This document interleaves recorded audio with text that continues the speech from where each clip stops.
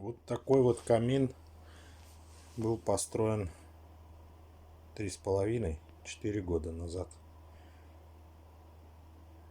Заказчик позвонил, попросил поменять два кирпича, расшатались.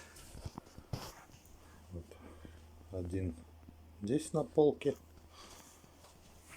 второй с другой стороны. Вот, где термос. Ну и в топке.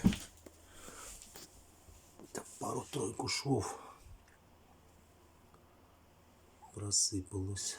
А так, в общем и целом, все функционирует, все работает.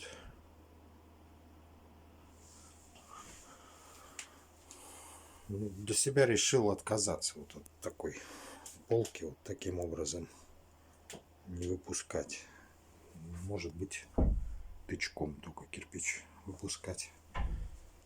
То одно поставят, второе, третье, и так вот может расшататься. Ну, за 3-4 года всякое может случиться, так что ничего такого.